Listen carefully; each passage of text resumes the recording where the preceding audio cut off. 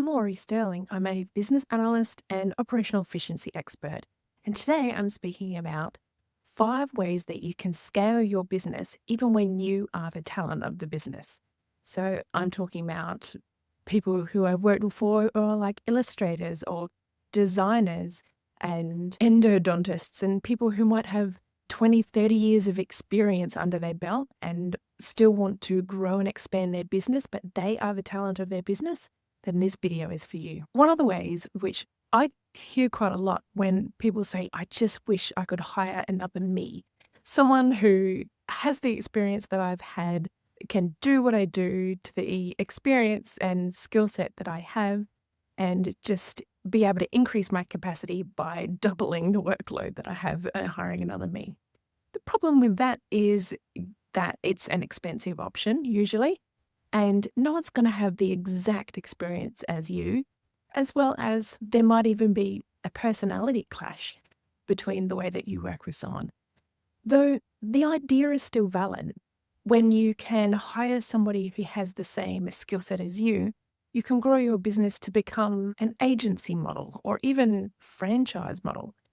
But that's about capturing your IP and the secret sauce and the spark that makes your business the success that it is, and being able to pass that on to someone else who can carry on that same legacy as you, as your own business and the work that you do in your business. A second option, though, is instead of hiring another you can look at perhaps training somebody up that might not have the same experience as you, but has the same soft skills, that you can see the potential in them and you can train the hard skills, the knowledge that you've carried over that 20, 30 years of your career. You can distill that knowledge and be able to pass on the critical pieces to somebody and give them the advantage of not having to go through that 20 years of experience that you've had to still be able to deliver with excellence.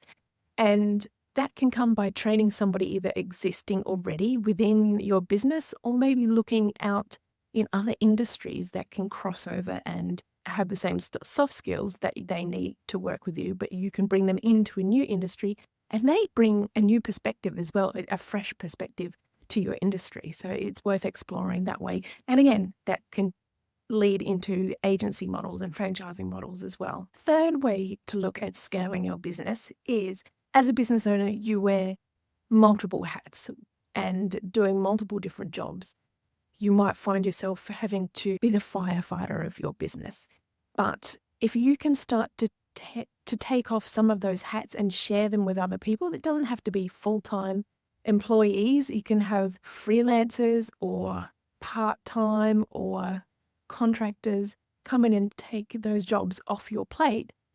And you can surround yourself with people who are going to support you for when you need to just turn up and be the talent. They might not know your specialty, but they know their specialty.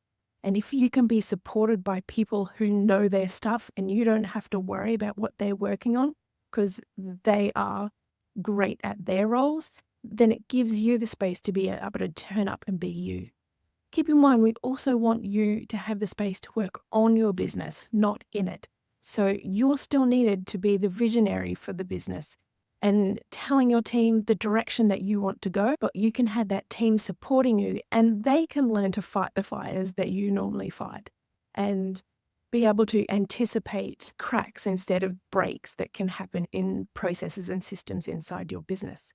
But if you can give them the delegation and the ownership of those roles without you having to micromanage and give them autonomy in their roles, then you're going to also be able to increase the retention in your team and have a happy, supportive team that's going to be focused on the same mission that you are. Even if they don't have exactly the same skill set as you, they're going to be there to support you every step of that way. If you're not quite ready to bring somebody on, you can still prepare for this step soon. So as you're going through the processes, when you're wearing all those different hats, you can capture that process, whether that is checklists, dot points, whether it's just videoing you as you're doing that job or screen capturing something that you do on a regular basis, admin sort of work. that's easy to capture and systemize before somebody has even been onboarded into your business. You can do that and have that ready so that when you do bring somebody on you're not having to spend extra time training somebody up. So the training can be, like we said, even in point 2, that can be a cheaper alternative, but it's a longer term process to have to train somebody up in that role. The same goes when you have lots of team members all supporting you with those little pieces of tasks that you're delegating bit by bit off to them. They still need that support to start off on the right foot, to know what's expected of them, what metrics they are responsible for, and understand where their piece of the puzzle fits in the whole journey of the customer journey or the process of delivering to your clients.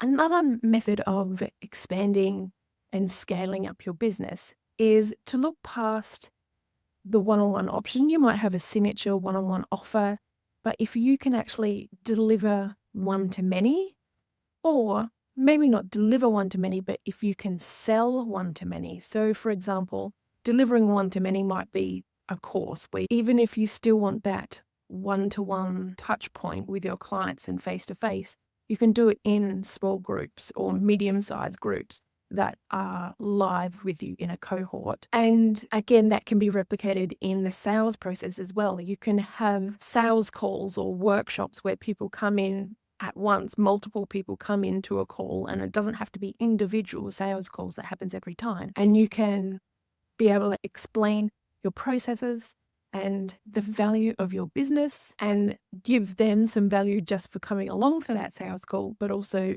explain to them how working with you long term, if they take the next step with you, which is the whole purpose of a sales call, in a one-to-many format. Another option that's available, that maybe it's for those people who don't want a big team around them, or they just want to stay a solopreneur.